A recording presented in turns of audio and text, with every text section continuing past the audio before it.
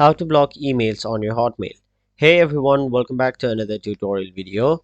In today's video, I'll show you how you can block emails on your Hotmail. So the first thing you want to do is go to your web browser and in the web address bar type in outlook.com. Now we are typing outlook.com instead of Hotmail as Hotmail is currently owned by Microsoft. So you'll have to access your Hotmail through the Outlook app or account. So once you're on outlook.com, log into your Hotmail account. And once you've logged into your Hotmail account, let's say this is the email which you want to block. So in order to block, simply open the mail and just write to their name. You'll see three dots saying more actions. So simply tap on it. And now a bunch of different options will appear where if you look closely, you'll see the option block. So there you'll simply have to click the option block the person and then confirm it by tapping the option OK.